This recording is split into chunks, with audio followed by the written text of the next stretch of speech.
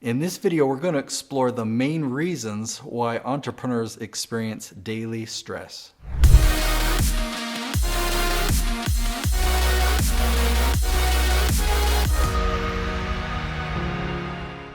Some of the reasons that entrepreneurs experience stress are probably obvious, but there's some things that I bet you never thought of before. And so we're going to go through a lot of different things, a lot of the reasons why we experience stress and why we do it anyway. Seriously, I would never take back all the experiences I have. I would do it all over again, and here's why.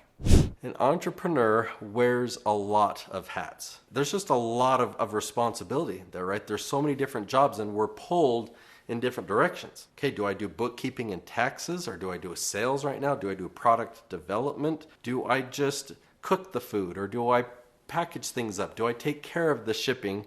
There's a fire over here. Should I be the one putting it out? The phone rings. Oh, should I be the one to answer it? I mean, as entrepreneurs, we wear so many hats, and often we're working longer hours because of trying to fill so many different responsibilities. That's a big reason why we experience a lot of stress.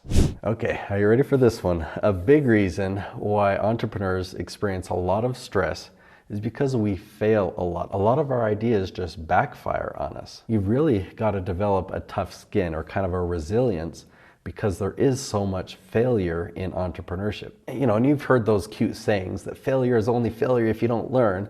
Think about that for a minute though, because every time you try something, it either works or it doesn't work. And now you know it doesn't work. And hopefully you can figure out, okay, why? When you try something else and it does work, just think of the wisdom. See, I have a lot of people come to me and they'll ask me questions about YouTube, they'll ask me questions about outsourcing or about entrepreneurship, and I'll give them a quick answer.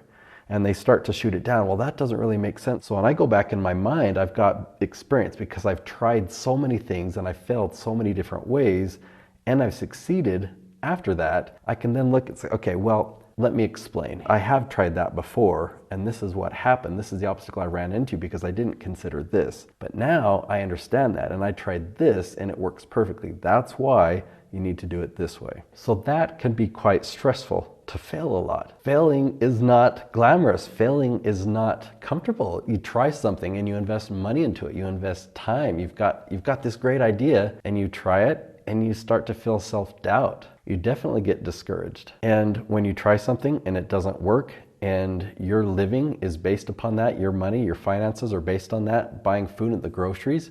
I mean, I've shared the story before of sitting in my car in a Walmart parking lot, just totally stressed, totally emotional, because I didn't know how I was going to buy diapers for my daughter. I wasn't being lazy. I was working really, really hard, but some of my ideas just did not pan out. Now, I know that you are probably experiencing some of these things right now. And go ahead and comment below, and if there's any advice that I could share, I'll respond to your comments and share some of the wisdom if I happen to have any. So share where you're at in your business journey. If you're gonna do a job right, you've got to do it yourself. So many times have I believed that.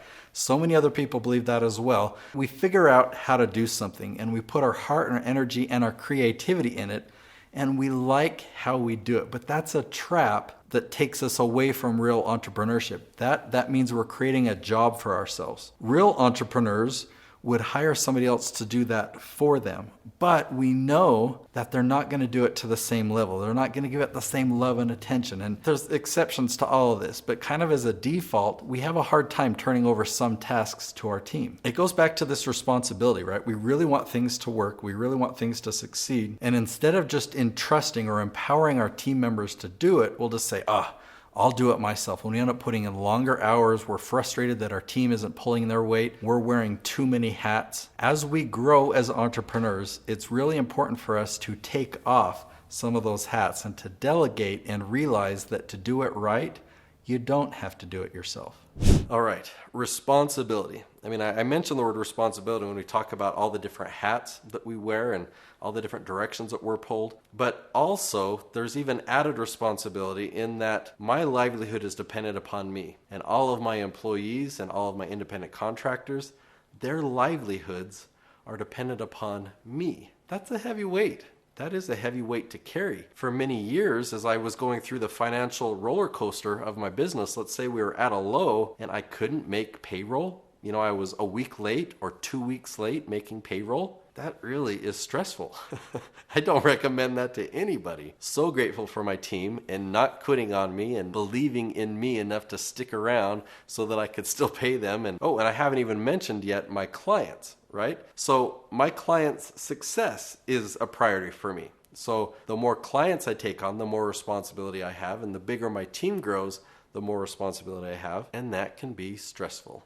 All right, let me be transparent with this one. Another reason why entrepreneurs feel stress is because sometimes we have no clue what we're doing. I'm laughing because I'm thinking of a memory. I started a web design company, okay, and I was figuring it out as I went. I had some happy clients, and so it was working, but then I had a customer call me, and he was talking about custom programming, and I thought, I'm a web design company, of course I know how to do this. And so I went out and I hired a few programmers, and man, I got in way over my head. I had no idea what I was doing. I didn't know if I was charging the right price. I didn't even know if my team was doing a good job. Yeah, I had to stop that strategy right there. But there's so much that we have to learn. There's so many new things. I didn't learn how to do video work. I didn't know YouTube. I didn't know how to operate a DSLR camera. I mean, even in this pandemic, I've had a lot of people ask me about live streaming, and I'm like, I don't know, I just use Zoom on my MacBook. Is there more to it than that? And simply because I've had those questions, I've looked into it and found how can I live stream from my DSLR? So there's kind of a burden that we carry as entrepreneurs on our shoulders because we've got so much responsibility, right? We wear so many hats, and yet we're kind of making it up as we go. We're doing the best that we can, but in many ways, we don't know what we're doing. You know, it sounds pretty awful when I word it like that, but the reality is, as entrepreneurs, we really don't care. We don't care that we don't know it all. That's the point. We're out figuring it out, and we're not afraid of making mistakes. So we talked about mistakes and things failing or backfiring, and that's part of the reason why, is because we've never done it before, and that's okay. When you're an employee, you don't really take a lot of risks. You show up, you punch the clock, and you're given tasks or assignments, or you've got your daily checklist or the routine that you go through, right? The business has to take risks, right? There's different strategies. Should we hire this person? Should we implement this strategy? What about marketing? How much money should we spend on marketing? What if the marketing doesn't work? And how are we gonna make enough sales? So when you're an employee, there's not a lot of risks, but as an entrepreneur, there's a lot of risks that we have to take, and we like to take calculated risks so that we know if this fails, we have a backup plan, or we can withstand that loss, right? We take a risk where we understand the pros and the cons of that risk, but with any risk comes a measure of stress. It's like we don't know the outcome. Let's say there's a big online summit. You know, thousands of people are going to attend this virtual event, and you have the opportunity to sponsor it, and so that you'll be seen and recognized in front of these thousands of people. The investment, let's say, is $15,000. Is that going to pay off or not? I mean, you might have had experience with live events, but in this virtual setting, what if you've never done it before? Like, well, it could pay off. What if it pays off and I get tons of clients and I bring in 6 figures? See, we have to take calculated risks. What if I invest that $15,000 and I get 0? Am I okay with that? We're making these decisions and we're making choices and we're taking risks. That's stressful. All right, I have a gift for you. If you want a resource that will help you become a better entrepreneur, I've put together my Influencer Almanac. That's where I just pack everything, all the strategies and systems that I've developed, both in YouTube and success as an entrepreneur, and I give it to you for free as a gift. So go ahead and click the link below and you'll get access to that.